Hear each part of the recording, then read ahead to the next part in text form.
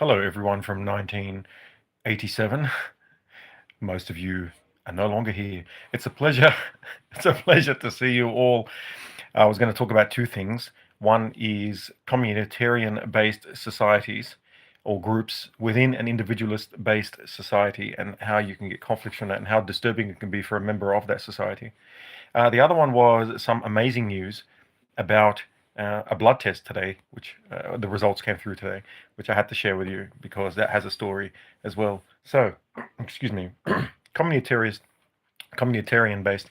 Now, you can have these groups where family, for example, or the bond that is within a particular subgroup is more important than the particular success or failure of an individual member of that group. Now, you may not want to be a member of that group. You might be the cousin or the child or the brother or sister of someone who believes themselves to be in that group. It doesn't matter what the group is. It can be people who came from a certain country, it can be people who came from an ethnic minority in that country and now live in somewhere like Australia or America, where individual success is quite um, recognized and valued.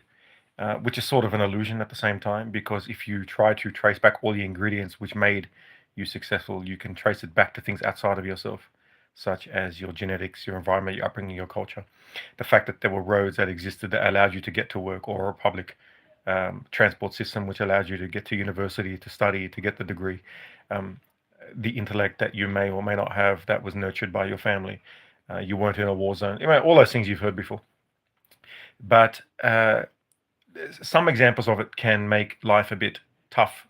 So, for example, let's say in one particular group where the emphasis may not be necessarily on education, it may be more on family, having amazing weekends together with families. This weekend's the festival of this religious person or that religious figure, or this holiday or that holiday, which is all beautiful and fine. You might have one particular person who's an anomaly in that group and decides, no, they want to become something else, like, I don't know, whatever. I can't think of anything right now.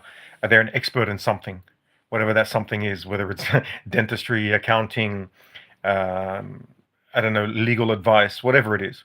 So then they get contacted by people in the community saying, look, can you give me advice on this, or can you help me with this? Where other members who might not necessarily have that focus on education then subsequently have a mistrust of people who are professionals, and so they are going to trust someone within their community. So then someone within that community says, look, I don't want to give them this advice. The reason being because in Australia, you're then held liable, for example, by the authority which grants you the license to give you the advice in the first place. So let's say someone's working for some company and they're giving legal advice, and they're not allowed to give legal advice outside of that company, because if they do and something goes wrong, then that company gets held liable, and then you could lose your job and lose your career and everything else. The problem is that the person in that community asking for the advice may not really fully appreciate the risk that they're putting on that person. So then they think, well, how rude are you? We're family. You're not part of our community. And that person can get ostracized. Now, that's not that much of a big deal for many of us who were born and raised in the West multi-generationally. But if you're someone who can risk losing your family, your cousins, your aunties, your uncles, it becomes quite devastating. I guess for us, it would be like losing, I don't know, like a driver's license, or the ability to visit certain cafes or something like that. So it becomes quite difficult for them. So it actually mitigates their success, because they might decide, no, I'll take this risk.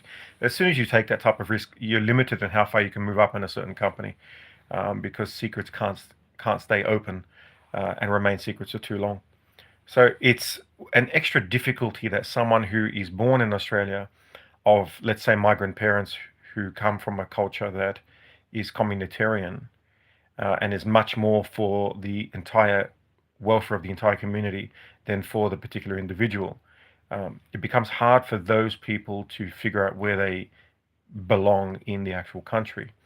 If they start to hang out with too many people not of their culture, then they get treated as a pariah. And that might be okay in Australia. We're able to do that to a large degree. I was forced to do that because with with autism, growing up, much before all of the years of therapy and everything else, you automatically seem bizarre to people, and so they then think you're just too weird to include in all of the gatherings. So you're automatically ostracized, and then you're forced to then look for individual success.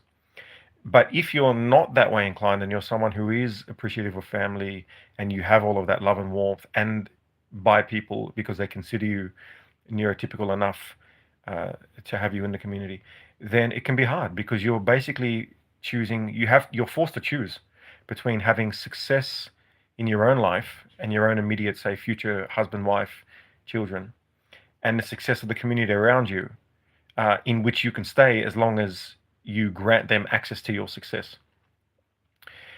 That's hard. I've heard of it in various communities, whether it be a religious one or, let's say, an ethnic group from this part of the world or that part of the world.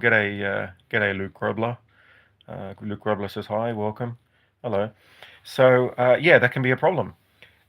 And I would love to talk to some people about it. I actually also am interested in talking to one of Australia's most recognized mathematicians, and I'm hoping to organize a time to get him on. Just been too busy. But I'll let you know about that. Now, in terms of the slowing of aging, now this is an amazing piece of news. So in 2010, I was 1.5 times the weight of when I'd finished school. And I'd finished school about, I think, 10 years earlier. What are you talking about? What are you talking about, man? Well, I just finished one subject on communitarian based sub-communities in an individualist-based society.